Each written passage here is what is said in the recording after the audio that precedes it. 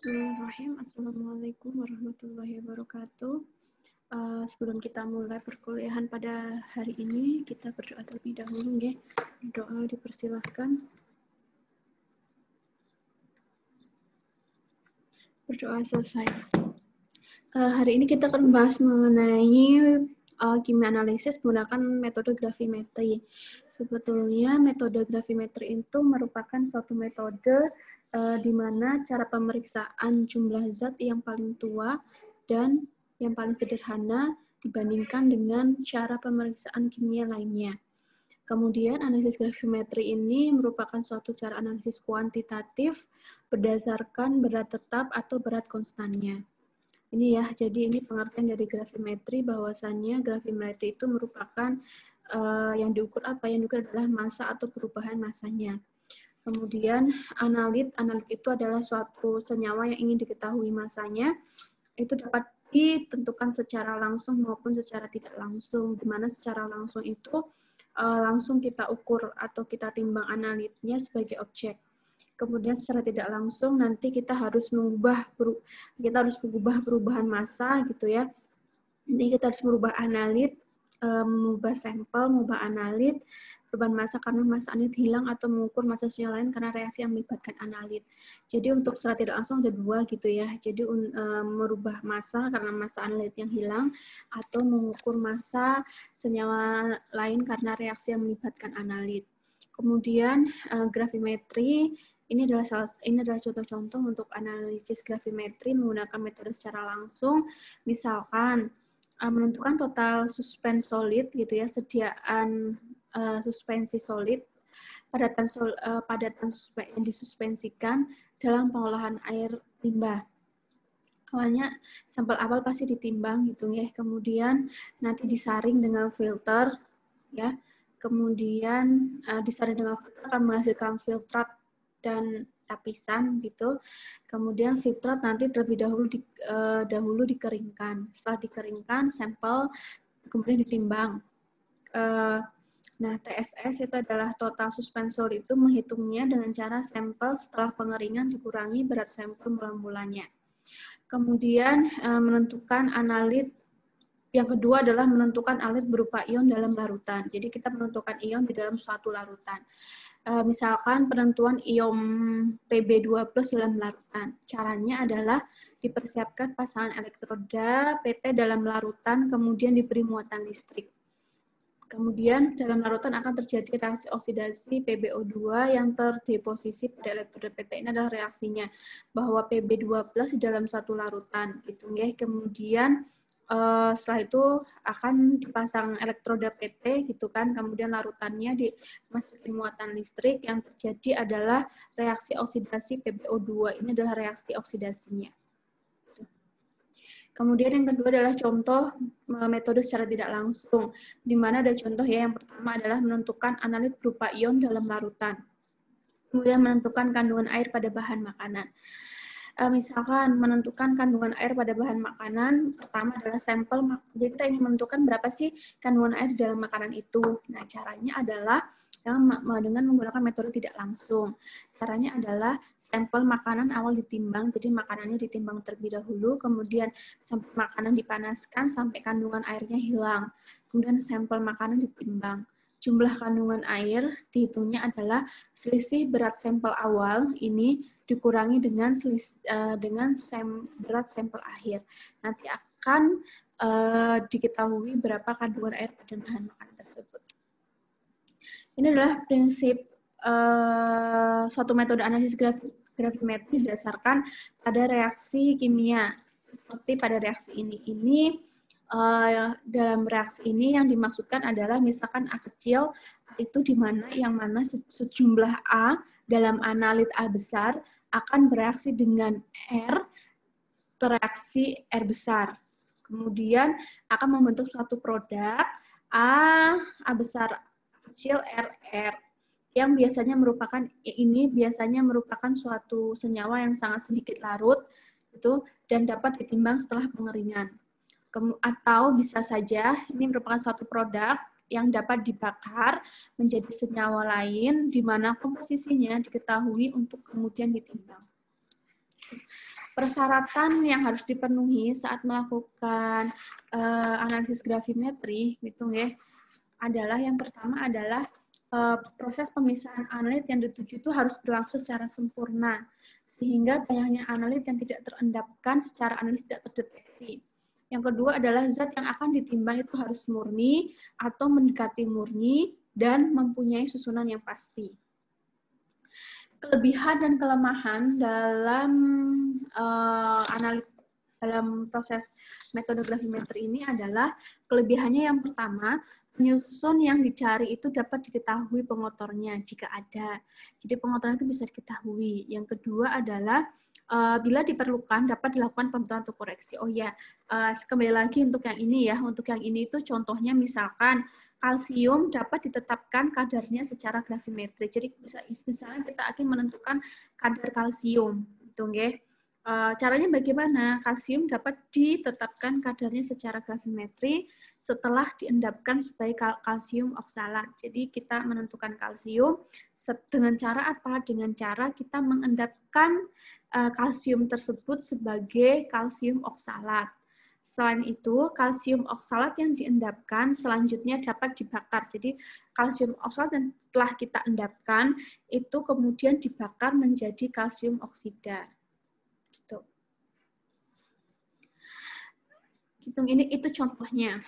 Kekurangannya itu memakan waktu karena apa, kita harus menimbang, kemudian harus mengendapkan terlebih dahulu, kemudian harus menyaring, gitu nggih. Setelah menyaring kemudian harus kadang dibakar, kadang dipijarkan, ya, kemudian harus dikeringkan dan baru ditimbang kembali. Jadi lebih memakan waktu itu teori gravimetri. Ini alat-alat untuk gravimetri. Jadi nanti besok teman-teman akan melakukan perhitungan gravimetri. Ini alat-alat yang digunakan untuk gravimetri yang mungkin teman-teman sudah sering jumpai di lab, yaitu gelas piala atau beaker glass, kemudian lampu Erlenmeyer, kemudian corong, botol pencuci, kompor listrik. Ini namanya krus. Ini adalah desikator. Nah, untuk alat-alat untuk gravimetri, sebagian besar alat untuk analisis gravimetri itu merupakan suatu alat-alat gelas, di mana untuk menghindari hal-hal yang tidak diinginkan selama analisis, maka harus digunakan alat-alat gelas yang tahan terhadap pemanasan. Dan biasanya lebih disukai gelas yang Pirek daripada yang lainnya. Jadi gelas kan alat gelas itu banyak tipenya gitu ya, ada Iwaki, Pirek dan sebagainya.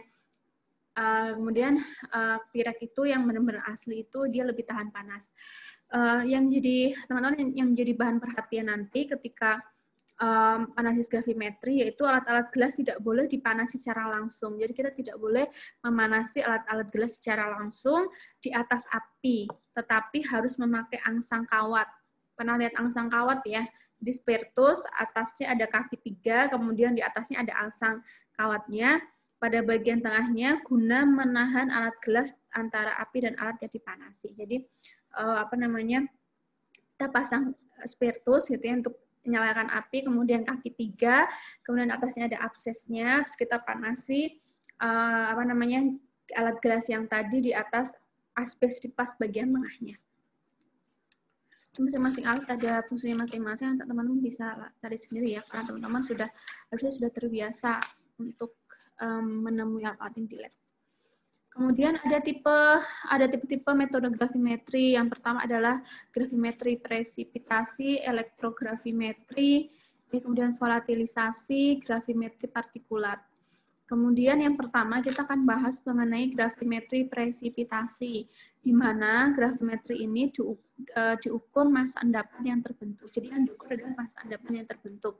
Contohnya, untuk penentuan PO3 secara tidak langsung dengan membuat endapan Hg2Cl2. Kemudian penentuan klorida secara langsung dengan membuat endapan argentum klorida.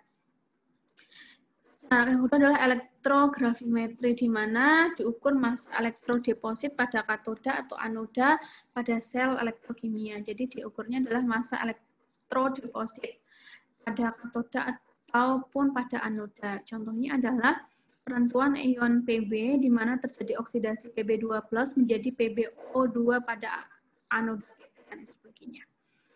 Yang ketiga adalah gravimetri volatilisasi. Apa itu? Yaitu jika energi panas atau kimia digunakan untuk menghilangkan senyawa yang mudah menguap. Kemudian diukur masanya baik secara langsung maupun tidak langsung. Jadi gravimetri volatilisasi itu untuk mengukur apabila kita menggunakan energi panas atau kimia, di mana energi panas atau kimia itu kita gunakan untuk menghilangkan senyawa yang mudah menguap pada sampel kita.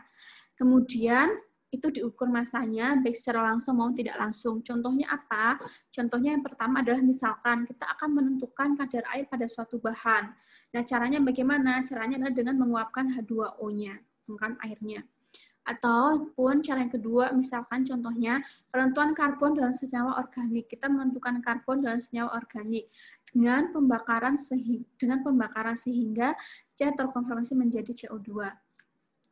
Gravimetri yang keempat adalah gravimetri partikulat, di mana gravimetri partikulat ini merupakan suatu analit ditentukan dengan memisahkannya dari matriks sampel dengan cara filtrasi atau ekstraksi. Jadi gravimetri partikulat itu adalah ketika kita ingin menganalisis suatu analit, gitu ya, di mana caranya adalah analit itu kita pisahkan dari matriks sampelnya dengan cara difiltrasi atau disaring atau diekstraksi. Seperti tadi contoh penentuan total suspens solid pada sampel. Kemudian bagaimana cara konservasi massa? Karena kita tahu bahwa gravimetri itu merupakan suatu cara di mana merupakan cara analisis kuantitatif berdasarkan berat tetap atau berat konstannya atau massanya.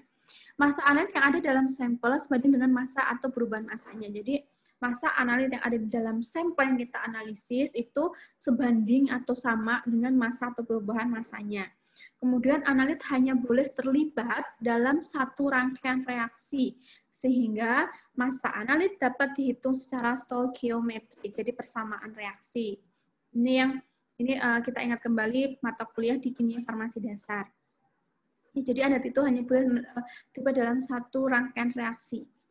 Kemudian memisahkan analit dari matrik dengan cara filtrasi atau ekstraksi harus sempurna. Jadi ketika kita memisahkan analit dari analit yang ada di dalam sampel atau matriks sampel, kita harus bisa memisahkan secara sempurna apabila kita menggunakan cara filtrasi atau ekstraksi. Di mana nanti bisa dihitung massa filter akhir dikurangi dengan massa filter mula-mula atau berat akhir dikurangi dengan berat mula-mula. Atau misalkan kandungan air dapat ditentukan dari massa sampel mula-mula dikurangi dengan massa sampel akhir. Kemudian adalah kita akan bahas mengenai gravimetri presipitasi. Dasar analisisnya adalah larutan yang mengandung analit ditambah dengan agen presipitan. Apa tuh? Agen presipitan adalah agen yang dapat mengendapkan atau pelarut yang dapat mengendapkan analit.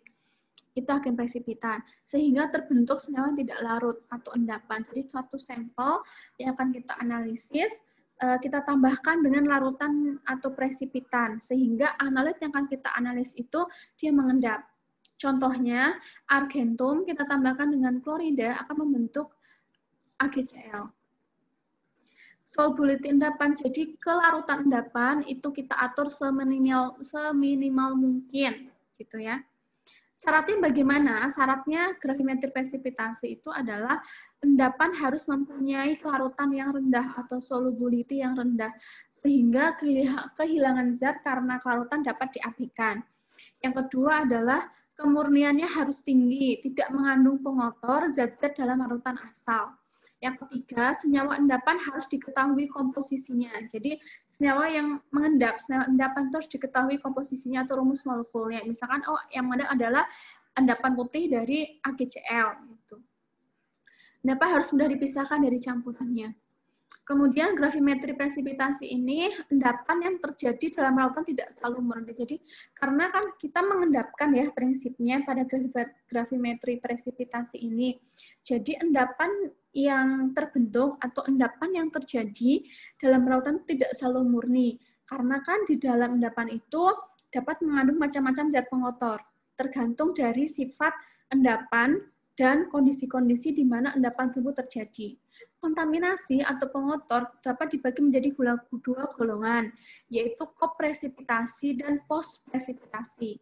Jadi kontaminan atau pengotor itu bisa menjadi dua golongan ya, kopresipitasi dan postpresipitasi. Kita sudah membahas mengenai tipe-tipe metode gravimetri, membahas mengenai apa itu gravimetri, kemudian apa saja tahapan dalam analisis atau analisa gravimetri. Ada beberapa tahapan, nah ini kenapa tadi dikatakan bahwa kelemahan dalam gravimetri adalah dia time konsumsi. Jadi memakan waktu yang banyak, memerlukan waktu yang banyak. Karena memang tahapannya itu sangat panjang. Yang pertama adalah kita harus mengeringkan atau kita harus menimbang sampel, kemudian kita keringkan. Setelah itu, kalau kita melarutkan sampel kita. Setelah melarutkan, kita tambahkan dengan precipitation region yang berlebih, sehingga bisa terjadi endapan. Nah, presipitasi keogulan umumnya menggunakan pemanasan. Jadi kita nanti tambahkan dengan setelah terjadi endapan, kita dalam proses kita mengendapkan itu ada namanya proses pemanasan nanti sekitar 15 menit atau 20 menit. Kemudian setelah itu terbentuk antara filtrat dan filtran gitu, antara endapan dan tapisan, larutan dan endapan, itu kemudian dilakukan penyaringan atau filtrasi. Kemudian dicuci endapannya ya supaya tujuannya untuk menghilangkan zat-zat pengotor sisa. Setelah itu dikeringkan dan lalu terakhir adalah ditimbang. Tadi dikatakan bahwa endapan itu tidak harus murni, tapi sebisa mungkin juga murni. Nah, kopresipitasi dapat dibagi menjadi dua golongan. Yang pertama adalah absorpsi pada permukaan kristal yang berada dalam larutan. Kedua adalah okulasi karena zat-zat asing masuk ke dalam kristal pada proses pertumbuhan. Jadi, kopresipitasi itu dapat terjadi dengan dua cara. Yang pertama adalah absorpsi pada permukaan kristal. Jadi terjadi absorpsi pada permukaan kristal kita atau permukaan analit kita yang berada dalam larutan. Jadi pengotorannya itu terabsorpsi atau masuk ke dalam analit kita. Kemudian jumlah zat yang terabsorpsi bertambah banyak bila luas permukaan bertambah besar. Kemudian yang kedua adalah okulasi karena zat-zat asingnya itu masuk ke dalam kristal pada proses pertumbuhan kristal. Bila pertumbuhannya lambat, maka zat asing akan larut dan partikel yang terjadi menjadi besar dan murni. Tetapi bila prosesnya cepat, mungkin zat asing atau pengotor masuk di antara kisi kristal, dan bila zat pengotor isomorf membentuk larutan pada endapan semula.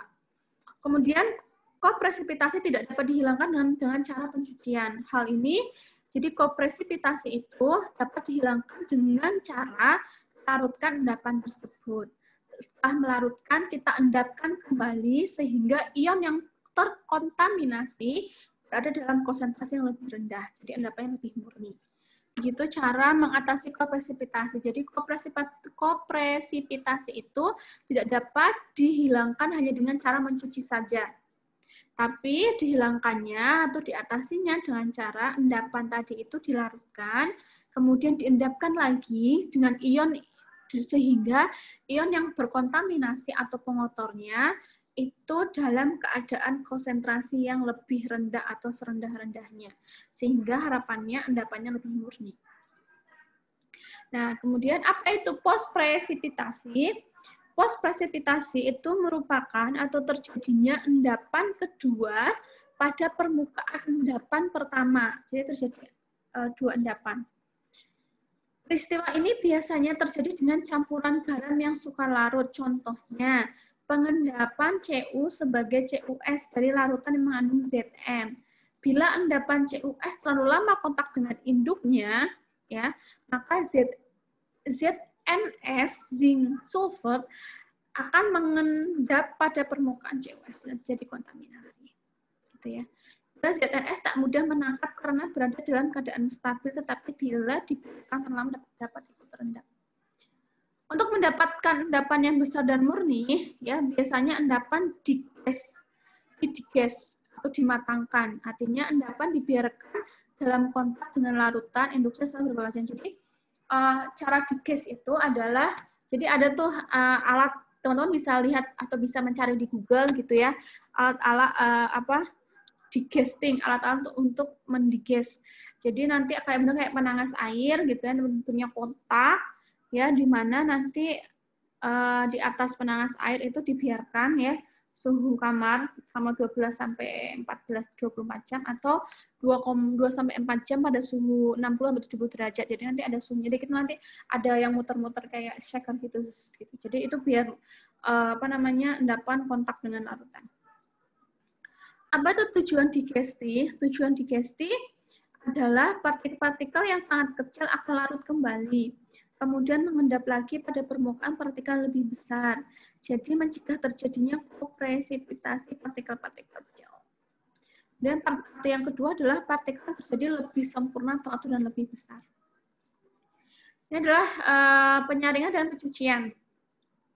Kopresipitasi lebih absorpsi permukaan dapat dicegah, tetapi dapat bekerja dengan pencucian. Jadi kopresipitasi itu tidak bisa dicegah, tapi kita bisa mengurangi loh ya, atau dapat diperkecil dengan cara pencucian. Apabila umumnya zat pengotor itu mudah larut. Ini adalah pemilihan air pencuci ya, bisa lihat sendiri.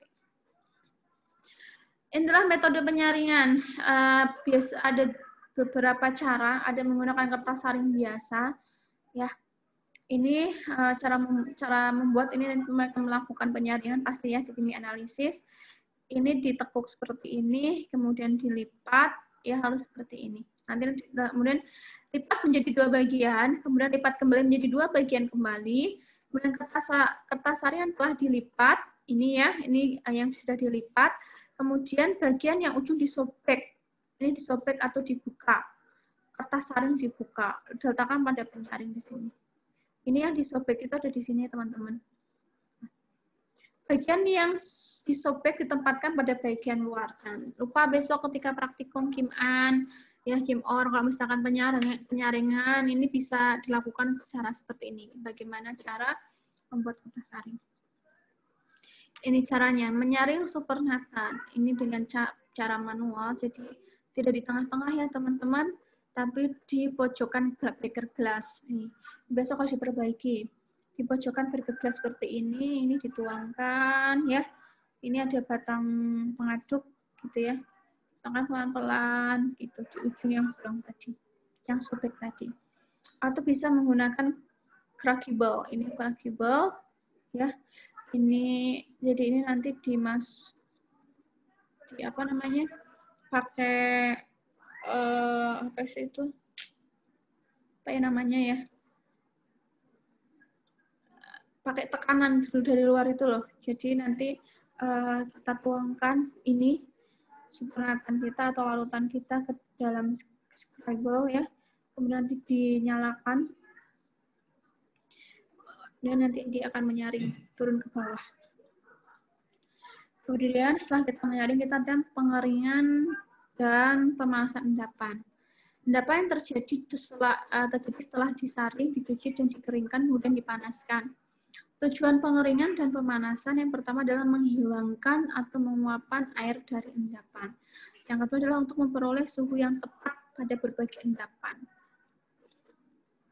Ini caranya, ini alat-alatnya ya, ini untuk alat menimbang. Jadi tetap ya tetap menggunakan glove.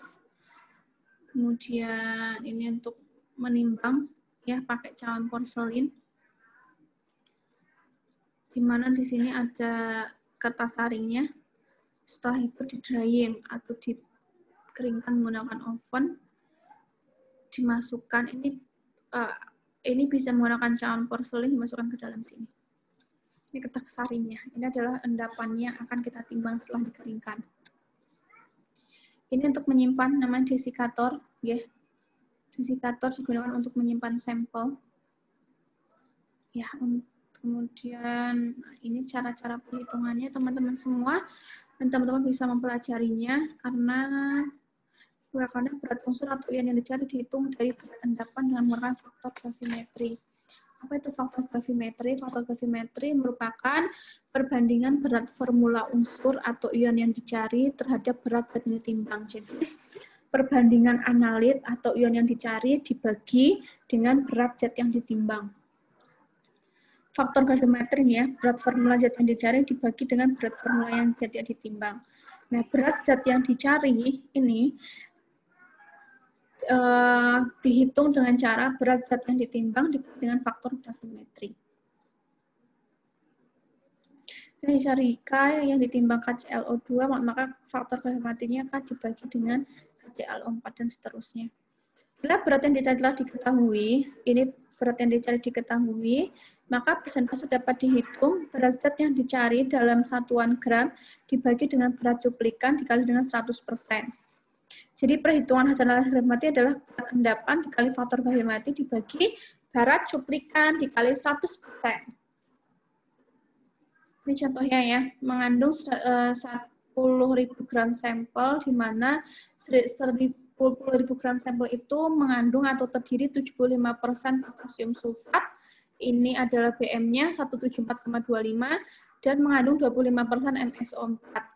Sampel dilarutkan, kemudian sulfatnya ini mengendap sebagai barium sulfat BaSO4, di mana berat molekuler adalah 233,39. Kalau BaSO4 atau barium sulfat beratnya adalah 14.900 gram, maka berat atom M2+ ini, M2 dalam MsO4 berapa? Ini cara menghitungnya ya. 0,75 dikali dengan BM-nya, ditambah dengan 0,25 dikali dengan BM-nya. Kemudian dibagi, karena ini beratnya ya, dibagi 174,29.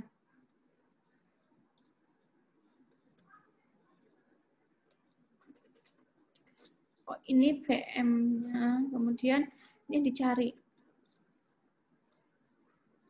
Nanti dicari ketemu ya, Mg12 adalah 24,12. Sudah ada contoh-contohnya, teman-teman bisa pelajari sendiri, tinggal digeser-geser teman-teman ya.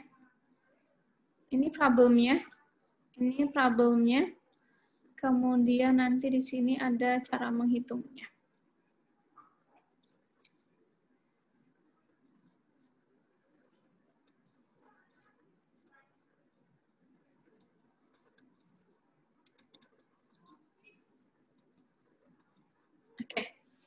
Intinya begitu teman-teman, intinya untuk gravimetri ya, untuk gravimetri saya ulangi lagi ya, di mana gravimetri ini merupakan suatu suatu metode, di mana metodenya ini lama dan sederhana, kemudian proses atau teknik gravimetri itu ada beberapa hal yang harus dilewati. Yang pertama, kita harus menimbang sampel kita, kemudian melarutkan, kemudian mengendapkan, kemudian setelah diendapkan kita saring, kemudian kita cuci endapannya, kemudian pengeringan dengan cara pemanasan atau pemijaran, kemudian setelah kering baru ditimbang. Beberapa hal yang harus diperhatikan yang tadi sudah saya sampaikan ya. Kemudian untuk referensi teman-teman sebagai tambahan dan sebagai bahan post-test ya, silakan teman-teman nanti akan saya kirimkan PDF-nya di Edu, gitu ya. Mengenai gravimetri akan saya kirimkan PDF-nya, nanti silakan dipelajari. Kemudian nanti ada post-test, kemudian ini yang latihan ini silakan dikerjakan ya sebagai bahan latihan teman-teman. Gitu. Jadi kalau sudah mempelajari semua terus ini dikerjakan gitu ya. Jangan duduk saja. Kemudian yang di buku juga, yang di PDF juga dikerjakan. Gitu ya. Dan nanti akan mengerjakan post-test sore nanti jam 4 gitu. Terima kasih banyak semuanya. Mudah-mudahan bermanfaat bagi teman-teman semuanya. Mohon maaf apabila banyak salahnya. Silahkan di komen di YouTube kalau ada pertanyaan nanti akan saya jawab. Ya, silakan di komen di YouTube. Nanti ini akan saya di YouTube akan di komen sebagai tanda kehadiran dan keaktifan kalau misalnya teman-teman ada pertanyaan. Terima kasih semuanya. Saya akhiri. Wassalamualaikum warahmatullahi wabarakatuh.